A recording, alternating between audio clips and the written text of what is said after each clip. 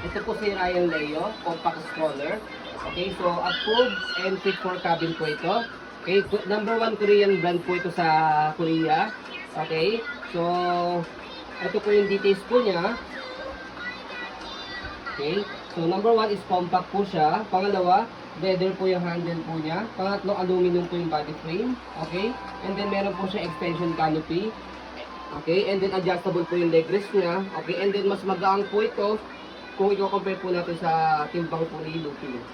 Okay, so ito po, details po natin one by one. Ito po yung canopy niya. Walang faded, walang discoloration. Ayan, puting-puti pa. Halos brand new po itong ano niya, peekaboo niya. Okay. So pagka hindi nyo gagamitin po itong extension canopy, pwede nyo po ipasok sa loob. Okay, sa pag-fold, pwedeng ganyan. Okay, pwedeng ganito. Okay, sa pad, okay na okay po ito. Yan, malinis po yan. Sanitize nyo na lang po siya. Ready to use na po yan.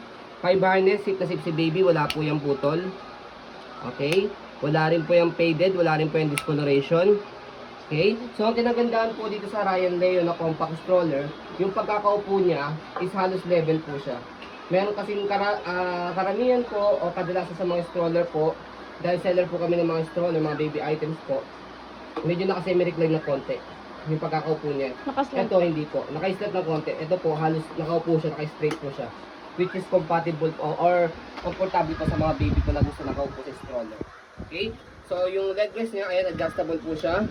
Okay? So, ito, press nyo lang po yung pababa pag nakaupo si baby. Pag naman po nakahiga, angat nyo lang po siya. Okay? Para medyo mahaba po siya. Okay? So, ang ganda ng front handle nito, leather siya. Brown yan. Yes, ang ganda ng pagkaka-brown niya. Okay? Walang back. Wala. Ayan. Okay?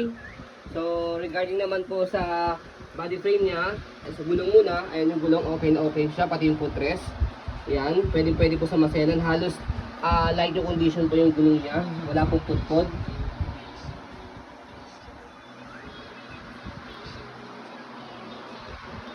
May scratch lang siya dito kasi pag ina-open, napapersa. Yes, opo. Which is normal po siya. Okay. So, by the way, dito sa front handle, ito po yung button niya, left and right, dito. I-click nyo po yan pagkalalagay nyo po si baby. Kahit isa lang po yung tatanggalin nyo, okay na po yan. Tapos, salpak nyo lang po ganyan. Okay. So, body frame, ayan, okay na okay po siya. Napakaganda ng pagkaka-silver ng aluminum po niya. Pag malayo, hindi po halata yung scratch.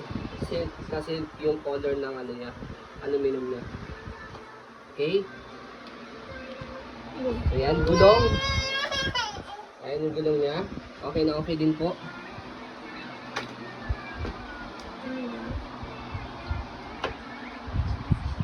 Ang ganda ng Okay? So, sa basket, okay na okay din po yan. Wala po yung tear. Okay? So, stopper, baba nyo lang po yan. Okay? Stop. Press nyo lang po dito para mag-go. Okay? So, sa likod. So, yan. Dito po siya ina-adjust. Ito. Press nyo lang po ito. Pull down. Para maigaan nyo po. Pwedeng kalahati pag semi-recline. Okay? So, ang kinagandaan po dito, meron siyang pocket dito. Ayan. So, meron din po siya itong zipper para pasukan ng hangin. Airways po. Okay? Makikita nyo pa rin si baby dito. Saka hindi po mabablock yung hangin niya. Pasukan din po siya. sabit yan.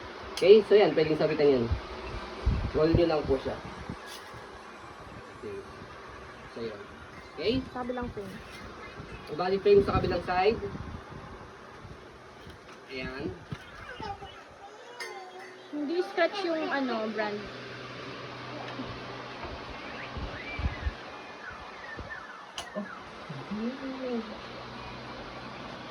Okay. So, next naman po, ayan, sa handle natin. So, handle nito, napakaganda po dito. To be honest po. Kasi, leather po siya. Ayan. No issue sa handle. Napakaganda. Okay. So, ganito po siya kapag nakaupiga. Mahaba. Okay. So, ayan. May meter tayo, mas sukat mo kaya. Okay, so yan, mahaba siya. Good for newborn, nahiga po siya until 3 years old. Okay. So hindi na po namin i-advise sa 4 to 5, pero by the way sa 4 to 5, pwede po yan as long as yung baby po ninyo medyo payat po siya at medyo magaang po na konti. Okay, pero kadalasan kasi sa mga 4 to 5 years old, bibigat na po eh. Okay? So yan. So sa pag-fold po siya, make it sure na fold nyo po yung canopy. And then sa higaan po niya, upo nyo po, and then ito, baba nyo pong ganyan para mag-compact fold din po siya. So sa pag-fold po sa kanya, meron siyang button dito, left and right. Press nyo po yun and then pull down yung handle. And then hawakan nyo lang dito. Alalay lang. Okay, kaya hinahawakan namin dito alalay lang para hindi siya magasgasan. So by the way, ito, ano lang siya. So, lock sa gilid. Ayan. Okay, so mas magaan po ito compare sa ibang mga compact stroller just like looping. Kasi ang kilo ito yung estimated lang po namin ng ano, 3 to 4 kilo o 3.5 to 4 kilo. Magang lang po talaga siya. Okay? So yun. Ganyan Okay po na siya okay yan sa pag-rubber. airline na ano, na up to, pasok na sa up to 7 kilo na hand carry. Okay, so kapag inopen siya, tanggalin nyo lang yung lock dito sa gilid. Tapos yan, bukan nyo lang po siya. Yan. Okay, hawakan nyo lang dito saka dito. Okay? Para lang hindi siya magasgasan. Pero pwede naman pwersahin yun eh.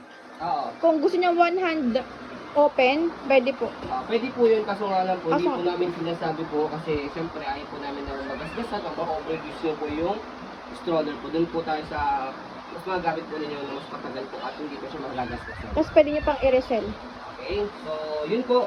As you can see, very details po kami sa pag-video kasi ang shop policy po namin, no refund, no exchange. What you see is what you get po. So yun po, maraming salamat. Have a nice day and God bless po.